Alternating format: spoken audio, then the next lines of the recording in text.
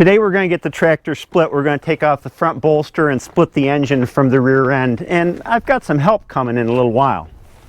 First thing we got to do before splitting the main components of this tractor is to take the radiator off. And they're a little tricky to get at, as you'll see. Disconnect the hose first.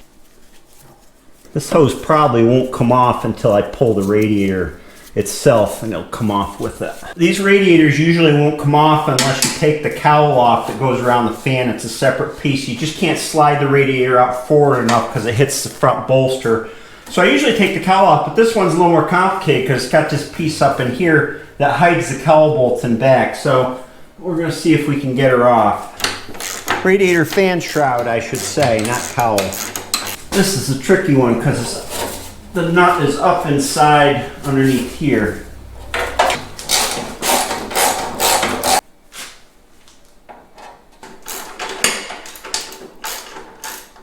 I'm not sure that this is going to come out this way, but we're going to give it a try.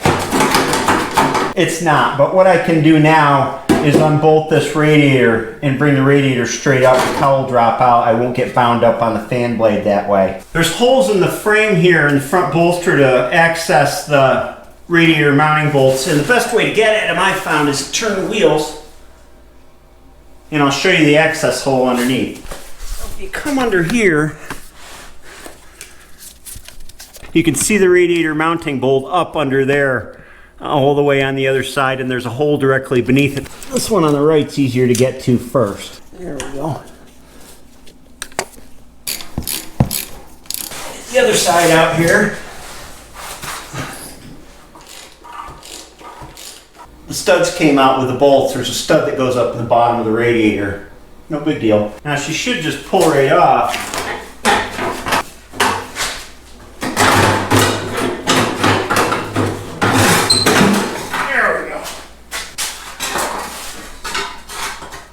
We got 3 generations of Larsons today. My son Henry and my dad, who you've met in a few videos last summer. And this is a job that requires a lot of hands, so it's great to have the help. So the first thing we're going to do is we'll take the front bolster off. There's all kinds of ways to split apart this tractor. This is the way that Dad and I have done it quite a few times before. It works for us. We take off the front bolster here, leave the frame rails on, support the bell housing before we do that.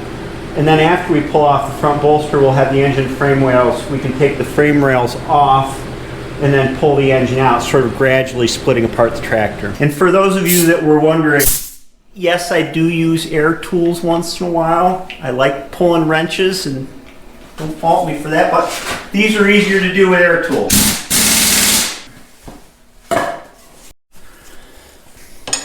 Front wheels are coming up, that's good. This one's already off. In order to slide the front bolster out, the frame rails need to be loosened up in the back so that they'll spread out just a touch so we can slide it through the end of the channel, and Dad's loosening up those bolts. I got to take the oil filter assembly off on this side because the bolts don't have enough clearance to come out with it there. There we go. Sometimes if they don't come, you can cheat and put the wrench on like this and give it a little extra. And then the last thing before spreading the frame rails out, before I take these bolts out, is front mounts on the engine. The bolts need to come out of them so that the rails are free to move back and forth. There you go.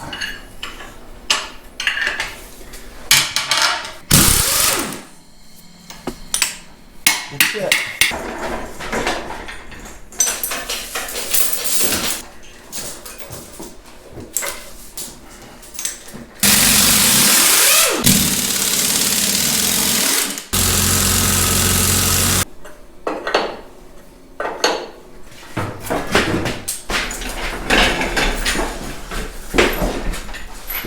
Which way do you want it? Let's whack this rail off of it.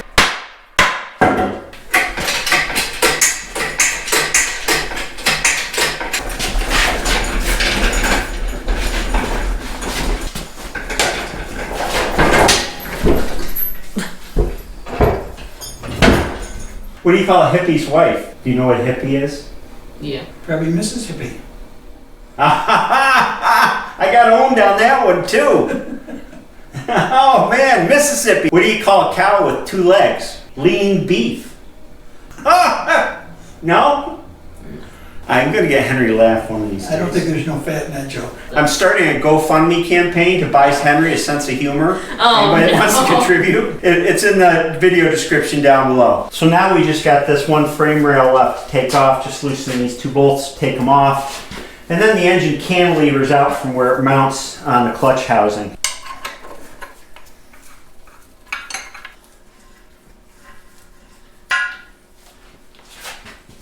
My dad and I have done a bunch of tractors over the years, starting I think about 20 years ago. We started with the F20, and that one, Right. that was a lot of fun to tear apart, as I remember. It didn't come apart easily.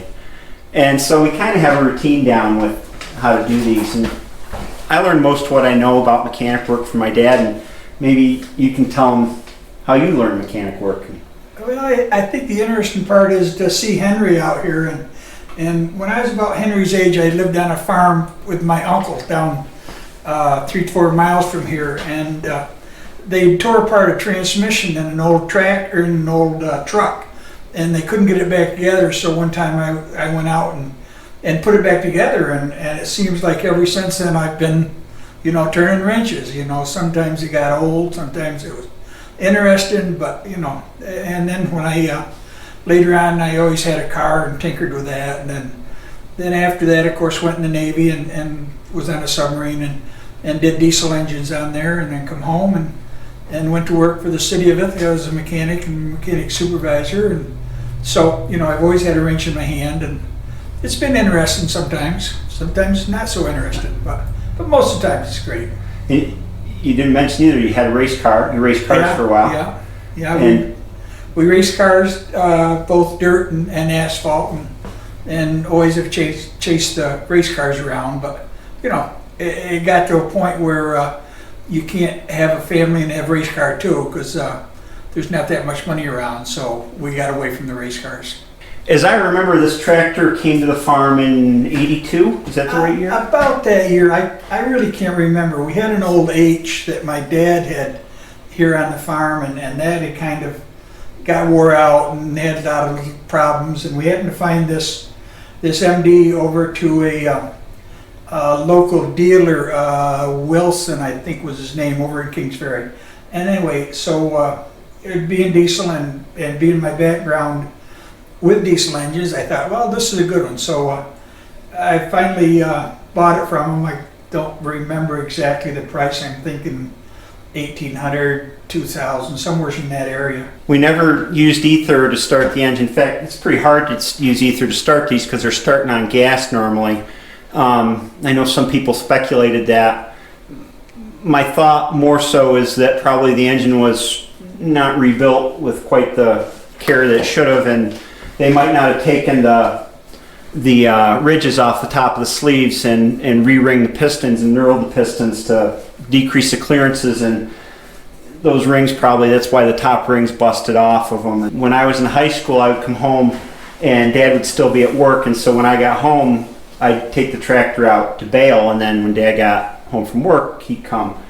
And we had a baler that had a Wisconsin air-cooled engine on it. I think it was a 2-cylinder. Yeah, it was. It was a little New Holland baler, and so the trick was to get the tractor started first, because the tractor didn't like cold starts.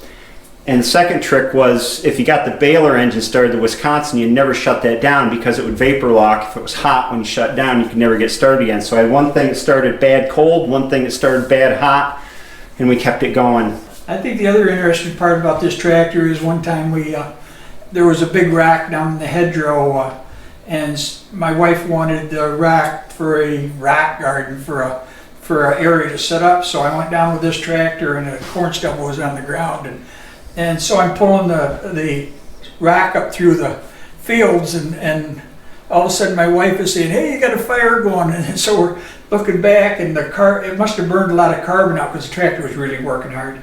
And it must have blew the carbon out of the engine. The sparks got down in the corn stubble and it started fire. So all the way up through, which is only maybe 300, 400, 500 yards, something like that. And here I got 4 or 5 fires behind me where the where it started fires on, so we had to run and get brooms and put them fires out, and we laughed about it afterwards, but we was kind of scared at that time. When I was a little kid, I remember Dad built a shop when I must have been 3 or 4 or something.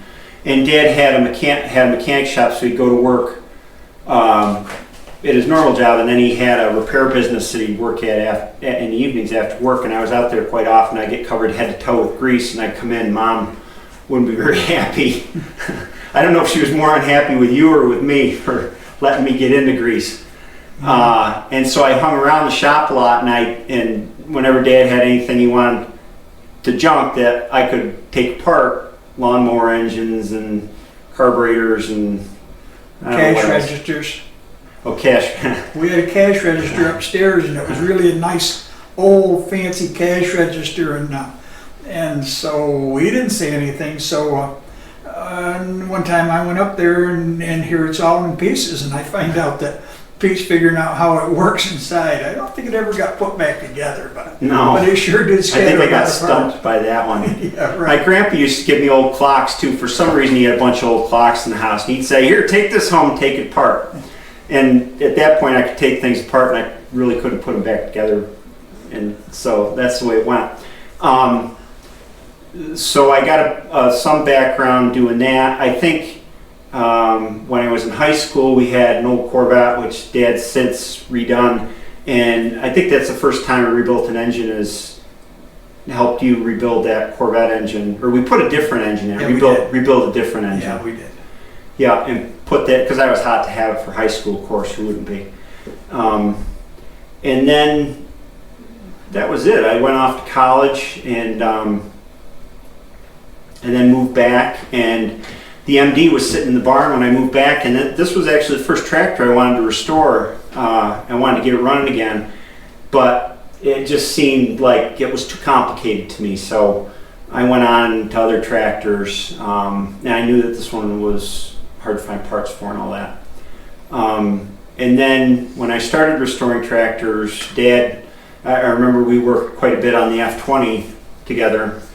And then gradually, I don't know, you do things enough times, and then you figure out how to learn what you don't know. And there's a lot of ins and outs in tractors that I picked up reading a lot online, reading daily in the Red Power and Yesterday's Tractor forums, looking at manuals actually. When I did the F20, just to give you an example, this big fat book here is parts catalog for this tractor, an MD, and it's got every part in the tractor in it. And when I first did the F20, I would spend hours and hours looking at these parts diagrams, figuring out how everything worked, and then knew what I was doing when I put it back together, and thinking about what parts would wear and what could go wrong. And I'd be lost still without this, because I tend to keep my memory in books. So that F20, I can't remember half of how it went together now, but if I open the book, I can learn again really quickly. So that's how I remember and figure out how things work. I think that mechanical aptitude is something you're partly born with, and Dad was born with it, and his uncle, who was a farmer, recognized it early on, and he wound up doing a lot of mechanical work on that farm. And I grew up around it, and Dad helped me, and it was something that, I don't know, I think it came easier to me than it might to some people. And then Henry, right out of the gate, the first, I guess a lot of boys are this way, but you were pushing cars around when you were 2 years old and couldn't talk yet hardly. And Henry just loves to figure things out, how things work. But I think it's different with kids these days, because a lot of it's not so much getting greasy with something that's 80 or 100 years old, but it's moving toward a higher technology than that. And that's not that I think that those older technologies aren't worth learning. There's a good basis of the way things work to learn here. But I think it's important to also look forward too. And I think that the skill set that Henry develops growing up, he's going to need for an age that's quite different from this as things move along. It's my guess. I don't have a crystal ball. We did some debating about what to do first, because things are nice to work on here, and we could take the timing cover off the injection pump and all that. but in the end decided to pull the engine first. We're just going to take the hoist and put it over the engine and put the weight on the hoist, and then we'll undo the remaining mounting bolts and we'll pull the engine away from the rest of the tractor. That's good.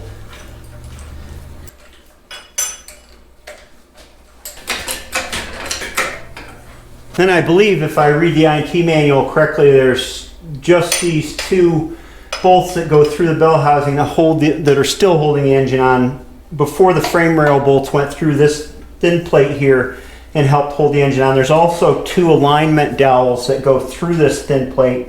There's one down here and there's one on the other side that makes sure everything lines up exactly before you put the mounting bolts in when you reassemble.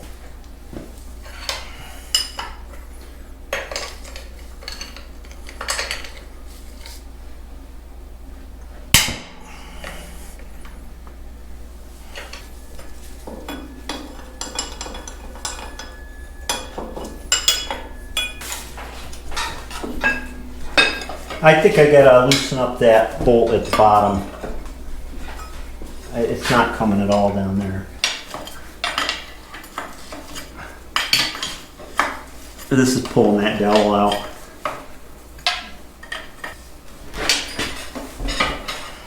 There it goes.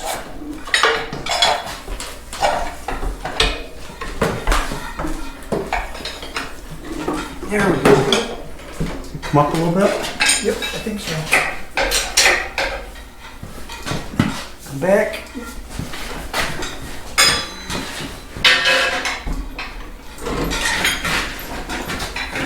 There she is. Hey. With the engine out, you can see the flywheel here, the clutch is in here, and then you can see inside the bell housing, there's not really a lot worth seeing in there except for a whole lot of grease, the clutch throwout bearing here, and the spline shaft that engages with the clutch on the flywheel. What we're going to do is take off the clutch and the flywheel and then probably this plate as well and mount the engine to my flimsy old engine stand. I'm going to go up and get the stand. Dad's going to take the clutch off.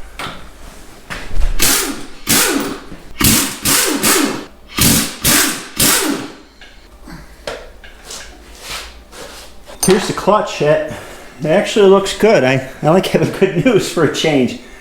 I don't see any reason that we couldn't put this back in. It's got plenty of wear left on it.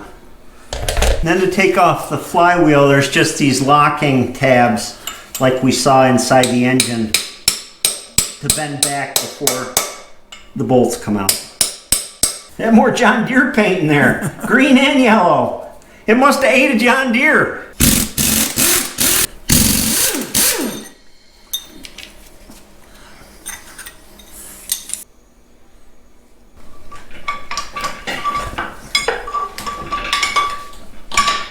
Yeah.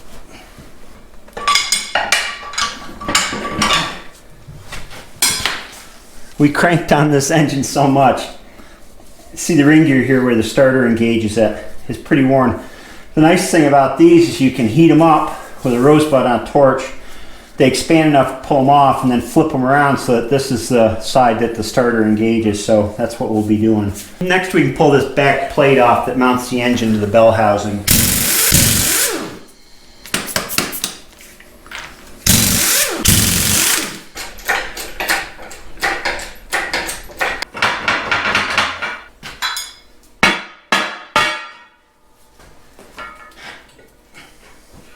Now with that plate off, you can see here this whole complicated assembly is the rear main seal for the engine.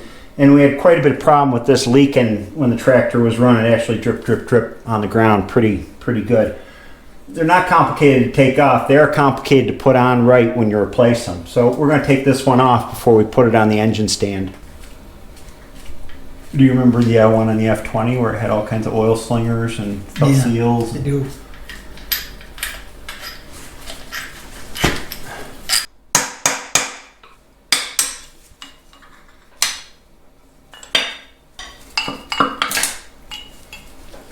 It's got a rubber seal on it. It's got a rubber seal in it, doesn't it? Wow. We thought these were felt seals.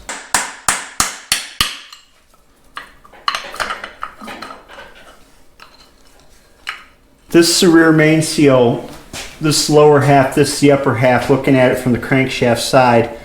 And then they fit around together like this, around the crankshaft. This one we noticed is pretty good on the bottom. It's worn more on the top, and it's stiffened up quite a bit with age, and that's probably what made it leak. And then there's a third part here that goes on like this and laps on it in. It's quite a complicated assembly for a rear main seal. You learn a new trick every day to turn out a stud. You can make a jam nut out of one nut, turn the other nut onto it, and then you can turn the stud out with the inner nut. Whereas I would normally use vice grips and wreck the threads a little bit.